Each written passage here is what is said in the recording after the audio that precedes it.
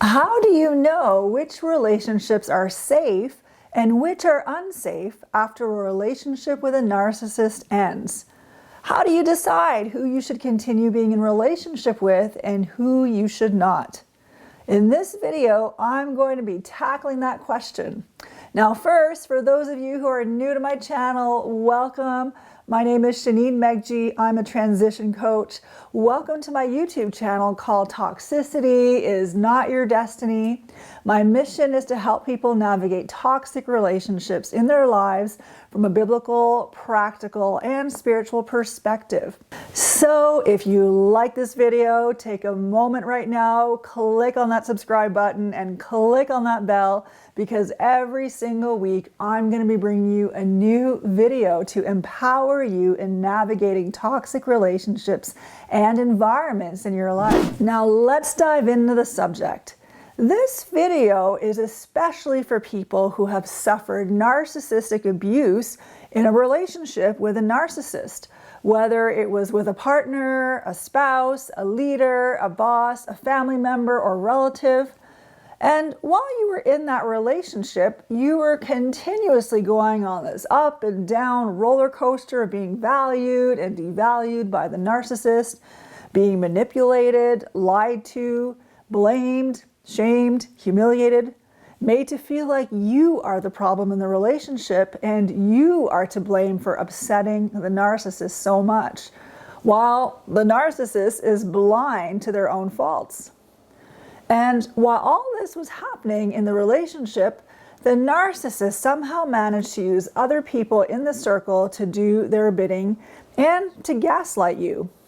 The narcissist also managed to triangulate people against you. And while you were in the relationship, you might have had a nagging feeling like something about all of this just doesn't feel or sit right.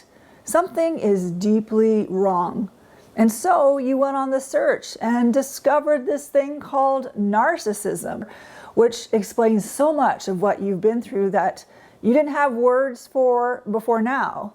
So you probably have gone through an awakening process, but the problem is not everyone in your circle has gone through it. In fact, most have not.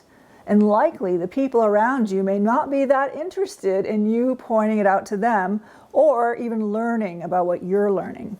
So while people around you have their heads in the sand, you have been awakened and you are understanding exactly what has been going on, and you realize that this was never about you. It was about the narcissist. This is an abuse problem that lies entirely with the narcissist. And your newfound understanding has led to the falling out of the relationship. Either the narcissist discarded you or you left the narcissist. And when a relationship ends with a narcissist, it inevitably implicates the circles of relationships around you both, since narcissists are fiercely protective over their ego. They're always seeking to keep shame as far away from them as possible. And so the way they carry out their abuse is actually to use people around them to do their bidding for them, or they will shame the person they're angry with in front of that group of people, or they might triangulate people against other people in that same group. So narcissists really play on the vulnerabilities and insecurities of people to advance their agenda. And so when one person leaves that system because the relationship with the narcissist ended, it usually means that every relationship in that system gets affected in one way or another, and usually not in a good way. So if you're in that boat, there is a good chance some people who were close to you and the narcissist are not going to understand what happened. And the narcissist in your life may be so eloquent and so able to sell people on their story about what happened that the people you trust in may not believe that your narcissist is the problem, but it is you. And sadly, what can be even more painful than the breakup with a narcissist is to realize that the people who ought to be in your corner and watching your back are choosing to side with your narcissist and buy into his or her story than to accept yours. So how do you manage those relationships? Well, here's what I've observed and also experienced in these types of situations. When a fallout happens with a narcissist and there's a system of people involved, say family members or an organization or ministry or workplace, people tend to form into three possible groups. So the first group is this. I call them the narcissist loyals. They are the people who are loyal to the narcissist, who will believe what the narcissist tells them, who may even do their bidding and villainize you. So my advice to you, stay far away from such people. Don't go near them. They are not safe people. And depending on how close they are to the narcissist, they will inevitably inherit the narcissist's attitude towards you. So these people are not looking out for your best interests, and they are not for you growing and becoming the highest version of yourself and fulfilling your God-given purpose. The second group, I call them the neutrals. These are the people who are close to both you and the narcissist, who love you both, and they don't want to take sides.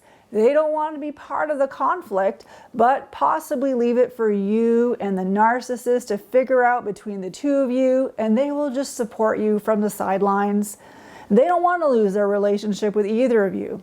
So on the surface, this may seem like a noble, peaceful, arm's length approach, but actually it isn't.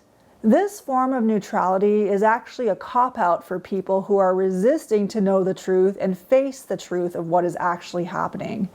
It's actually a form of denial. So these neutral people are not truth seekers, they're more harmony seekers at the cost of truth. It's more about them preserving their comfort level and peace with all parties because of what it might cost them personally than standing on the side of truth. And in order for such people to maintain that position, they have to walk in a certain level of denial. Because their survival depends on an alternate reality from yours, everything they do, whether spoken or unspoken, is going to try to impose that alternate reality on you, and that will be very counterproductive to you moving forward and healing. Also, if these people still want to be connected with the narcissist, by being connected to them, you're also reconnecting yourself to that narcissist. So that is not healthy or safe because you're only one connection away from being reconnected to that narcissist. So these are not safe people, and I would actually recommend breaking from those people as well as the narcissist loyal people. Now, the third group, I call them the awakened. And these are the people who are going through or have been through a similar awakening as you. So they may be standing with you currently in the aftermath of the breakup with the narcissist, and they're supporting you. And if you have someone like that or people like that, that is a huge blessing from God. Or it's possible that there are people like that who got out of the relationship before you did, and maybe now you are wanting to reconcile with them. And it's possible that there was a time when you might have been the narcissist loyal, and maybe you once did the narcissist bidding to the awakened people and gaslighted them when you were in a relationship with the narcissist, and at a time when the narcissist may have been highly valuing you and love bombing you before you went through your awakening process. And now maybe you need to eat some humble pie, apologize, and repent for the ways you might have judged and treated them. But there can be a great deal of comfort to connect with such people that have gone through something similar because they understand your world. And you can help each other to be strong and keep walking forward into your purpose. The reality is that narcissistic abuse is a thing, but it is so insidious that nobody can understand it unless they've gone through it themselves. So when you connect with someone who has gone through it, it can be so validating and strengthening. So now that I've shared about these three groups of people, here's what it all boils down to. You may have to cut out a lot of relationships out of your life because most people in the circle around the narcissist will either be loyal to the narcissist or neutral, which is actually kind of siding with the narcissist. So with those two groups of people, you're going to be dealing with issues of cognitive dissonance that they're going through. And what that means is when a person has a mental discomfort in holding together in their minds two conflicting beliefs. The reality is our minds do not do well at all holding together two conflicting beliefs. We're always trying to find a way, conscious and unconscious, to resolve the conflicting beliefs. So the people around you are struggling with conflicting beliefs. It could be that they're struggling with their own personal belief of what they see of the narcissist. They think, well, this is a good person who's been treating me well, hasn't caused me any harm. And that could be because they're only seeing one side of the narcissist. Maybe the side that the narcissist wants to show to the world versus what that person is hearing from you, which is the narcissist is abusive and cruel and destructive and like a tyrant. And that can cause cognitive dissonance if people have not seen that side of the narcissist, but only the side that looks favorable. And so how do people deal with that cognitive dissonance? Are they going to go with their own belief, or are they going to believe your story? Well, a lot of what they will choose to believe will be connected with the price they might have to pay for what they choose to believe, whether it's true or not. Facing the truth and siding with it may also be a traumatic proposition for some of those people around you, because it could rock their world in a way that they're not willing to face. It could mean for them a massive hit to their ego, because they don't want to think that maybe they were taken advantage of, or they're pawns in the hands of this person. Or maybe there's a risk of loss of financial support that they're getting from this narcissist, or a loss of job, or they risk being ostracized or cut off or blocked from some opportunities that they're hoping to get. What your truth brings could turn the lives of the people in your circle upside down. And so in trying to resolve the cognitive dissonance and what it might cost them, the people around you may find it easier with less implications to believe that you are the villain or the crazy person and the narcissist is innocent. And so their survival tactic may be to collude with the narcissist and believe their lies and hope against all odds that the narcissist is right.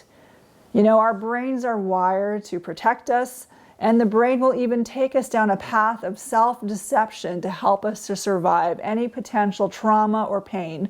And that is likely what many people in your community or that system with the narcissist are being faced with.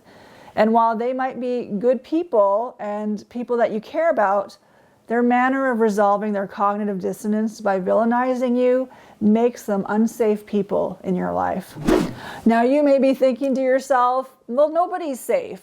And that can feel like a huge pill to swallow.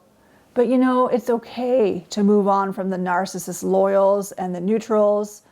I would say that you need to take a big space from such people so that you can heal and recover and just have the space and the freedom to become your true authentic self. Because after all, your true personhood has been repressed and oppressed, and you have been likely in a fight or flight mode for such a long time, probably turning yourself into a pretzel for the narcissist, denying all the aspects of who you are to try to make yourself into somebody that pleases the narcissist and lives up to the narcissist standards. And I just want you to know that it's so important for you now to have the space to really discover who you are and to be in a space where you can become all that you're called to be. And it's counterproductive to have people around you that still want to relate to you according to the old vision and the old you that you were with a narcissist that was never really you. So I just want to encourage you to trust God. If He's calling you to leave one community or a group of people, He will lead you into a new community, a new group of people, a new circle of friends. And maybe He's calling you to go back to school or take a new job in a different geographical location, or start that business you've been thinking about, or join a support group, or become part of a different spiritual community. There's so much possibility out there, and God will show you the right path. Just know there's no shortage of amazing people to meet in the world. And it's so possible that the world you were in with the narcissist felt like the be-all and end-all of everything. But now that you're out, you probably are seeing now it was just a tiny drop in the water of a big sea of potential opportunities and relationships that can come your way. The world is so big and there's so many new people to meet and so many new things to discover. I will also add that rebuilding close and meaningful relationships may not happen quickly. Those things may take time, and that's okay. In that time of transition, you may actually need to be alone to rediscover yourself, to learn who you are, to embrace an alone season with God, to get to know God on a deeper level. So it may just be you and God for a season, but don't let that intimidate you or scare you. You are way stronger than you think you are, and you're way more capable than you think you are. And God is a powerful God. He has your back. He is way more able to take care of you than you realize. He knows your life from beginning to end, and He has already made provision for you for things you have yet to walk into if you trust Him to be in charge of your life and to guide you. If you are a follower of Jesus Christ, then you must know that God is into restoration and redemption, and He cares deeply about your relationships. Even if you are breaking from many of the relationships in your life, just know that it doesn't mean that those relationships are over for good. It is possible that God may bring some of those people, some of those relationships back to you in time. And you may still need to take a season of your life away from them.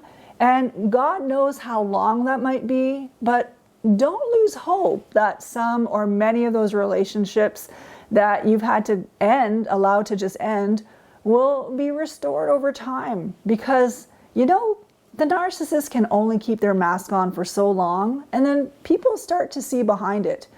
And people will start coming back to you. God will show you. And God can even give you dreams about people's hearts. You may not be able to tell a person's heart, but God knows it very well. And it's very possible that people in the narcissist loyal group who did all the narcissist bidding and possibly villainized you will have their own awakenings and realize they were completely wrong and that you were right, and they may seek you out in the future because they will too have been victimized. And if you have healed well and done well on your journey with God, you can be a real source of strength and healing to others who are escaping the clutches of narcissistic abuse. So the bottom line is this: everyone is in a journey and a process. God can change people's hearts. People may have hurt you and been one way during the fallout, but God can open their eyes to the truth in time. One of the narcissist's fatal flaws is that they see people like objects.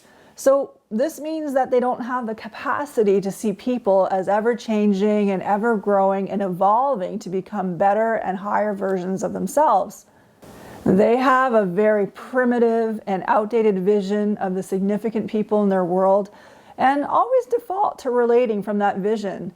They will never upgrade their vision. They are extremely rigid in the way that they see people and things. So I just want to caution you to guard against doing that with other people and not to view the people in your life that way, even the people who may have betrayed you or did not support you, because just as God can change you and bring an awakening in your life, He can do it with the people who did not support you, who may have gaslighted you. He can do it supernaturally. So here's a summary of my message in a nutshell. Be willing to let people go and detach from them because they may not be safe for you to heal and to grow in this season, but be open to God doing something in those relationships during the season apart and bringing them back to you sometime in the future. It is very possible for God to do such an amazing work in your heart and the hearts of people you loved and lost that He could make your relationships even stronger than they were before. So I just want to encourage you and leave you with that.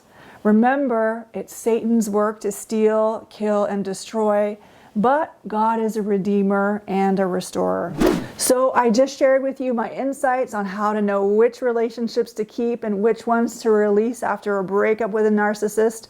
I hope they were helpful. If you know someone that has just come out of a narcissistic traumatic relationship, share this video with them so that they can move even quickly on their healing journey without any setbacks. And if you are thinking of leaving or you have left a toxic environment and you're in a season of transition, check out a free training I have put together. It's all about the 3 key ways to navigate a transition. These are things that brought a massive breakthrough in my life when I was going through a difficult transition. I have included the link in the description below. If you would like to see more content from me and have not subscribed yet, click on that subscribe button and click on the bell so that you can get all the alerts, because every single week I will be posting a new video to empower you in navigating toxic relationships and environments in your life. And if you like the video, please also give it a like. This helps me know what kind of content to produce. And if you have any suggestion of other videos you would love me to cover, please drop your ideas in the comment section. And this brings me to the end of my video. Thank you so much for watching. I appreciate you. I look forward to seeing you in the next video.